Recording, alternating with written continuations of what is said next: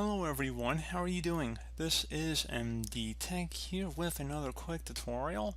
In today's tutorial, I'm going to show you guys how to delete the Wi-Fi network profile on your Windows computer. This should hopefully be a fairly straightforward tutorial, guys, and without further ado, let's go ahead and jump right into it. So we're going to go ahead and start by opening up the Start menu. Just left click on the Start button one time. Select the setting gear icon on the left side where you hover over it. It says Settings. Go ahead and left click on that. Select the Network and Internet tile. Select where it says Wi-Fi on the left side. Again, it would say Wi-Fi for you. I only have an Ethernet connection, but if you had Wi-Fi, you would go ahead and select it. And then there'd be a list of Wi-Fi connections underneath. You would just go ahead and select whatever Wi-Fi connection you want to remove, and then there would be a Forget button right underneath of that.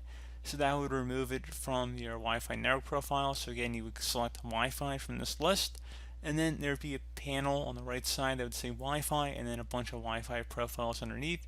Just would go ahead and select whichever one you want to hide or remove, and just would select it and then select the Forget button, and that would be about it. So as always, thank you guys for watching this brief tutorial.